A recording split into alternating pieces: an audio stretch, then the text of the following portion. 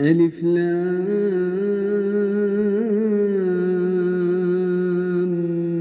ميم ذلك الكتاب لا ريب فيه هدى للمتقين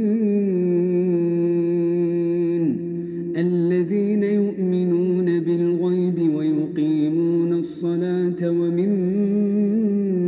رزقناهم ينفقون والذين يؤمنون بما أنزل إليك وما أنزل من قبلك وبالآخرة هم يوقنون أولئك على هدى من ربهم وأولئك هم المفلحون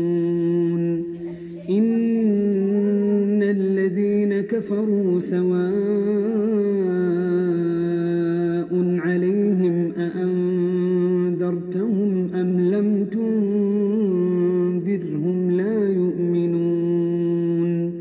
ختم الله على قلوبهم وعلى سمعهم وعلى أبصارهم غشاوة ولهم عذاب عظيم ومن الناس من يقول آمنا بالله وباليوم الآخر وما هم بمؤمنين يخادعون الله والذين آمنوا وما يخدعون إلا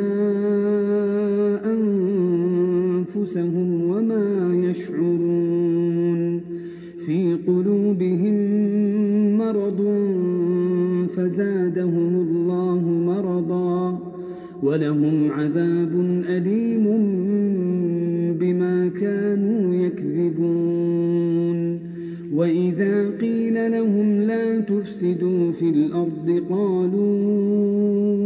إنما نحن مصلحون ألا إنهم هم المفسدون ولكن لا يشعرون وإذا قيل لهم آمنوا كما